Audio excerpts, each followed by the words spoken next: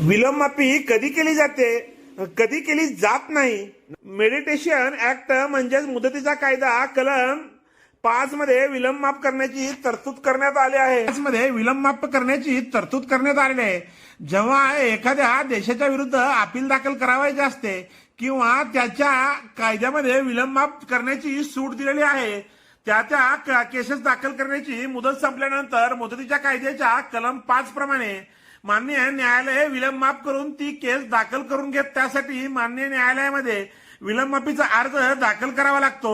त्याबाबत माननीय सर्वोच्च न्यायालयाचा एक महत्वपूर्ण निर्णय असून ब्रिजेश कुमार विरुद्ध हरियाणा राज्य 2014 all India reporter supreme court पान नंबर 1612 या केसमध्ये माननीय सर्वोच्च न्यायालयाने असे म्हटलेले आहे की विलंब माफीची तरतूद करण्याचा उद्देश हा पक्षकारांचा न्याय देण्याचा आहे, त्यांचे हक्क नष्ट करण्याचा नाही।